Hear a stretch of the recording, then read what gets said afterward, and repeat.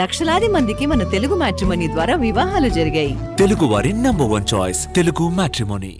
మణిపూర్లో శాంతి కుసుమాలు వికసిస్తున్నాయి. రాష్ట్రపతి పాలన విధించిన తర్వాత శాంతి ఉల్లంఘన ఘటనలు చాలా వరకు తగ్గాయి. మరోవైపు ఆయుధగారాల నుంచి లూటీ అయిన వేలాది తుపాకులను స్వాధీనం చేసుకునే పనిలో పడ్డాయి భద్రతా దళాలు. జాతుల మధ్య ఘర్షణలతో అట్టుడికిన మణిపూర్లో రాష్ట్రపతి పాలన తర్వాత శాంతి భద్రతలు మెరుగుపడుతున్నట్లు తెలుస్తోంది. ఫిబ్రవరిలో రాష్ట్రపతి పాలన మొదలు రాష్ట్రంలో హింసాత్మక ఘటనలు, పౌర మరణాలు తగ్గినట్లు అధికారులు తెలిపారు. మరోవైపు ఆయుధాగారాల నుంచి లూటీ అయిన వేలాది తుపాకులను భద్రతా బలగాలు స్వాధీనం చేసుకునే పనిలో పడ్డాయి. సీఎం బీరెన్ సింగ్ రాజీనామా తదనంతర పరిణామాలతో మణిపూర్లో ఈ ఏడాది ఫిబ్రవరి 13న రాష్ట్రపతి పాలన విధించారు.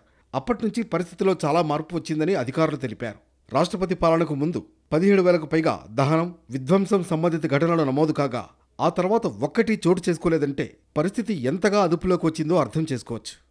మాదక ద్రవ్యాలపై మణిపూర్ పోలీస్ యంత్రాంగం, అస్సాం రైఫిల్స్, ఇతర పారామిలిటరీ బలగాలు ఉక్కుపాదం మోపుతున్నాయి. ఇప్పటి వరకు 460 కిలోల మాదక ద్రవ్యాలను స్వాధీనం చేసుకున్నాయి. Narcotic drugs and psychotropic substances చట్టం కింద ఇప్పటి వరకు 84 మంది అరెస్ట్ అయ్యారు. దోపిడీ కేసుల్లోనూ గత 4 నెలల్లో 336 మంది నిందితులను అదుపులోకి తీసుకున్నారు. లూటీకి గురైన ఆయుధాల సమస్య భద్రతా సిబ్బందికి సవాలుగా మారింది.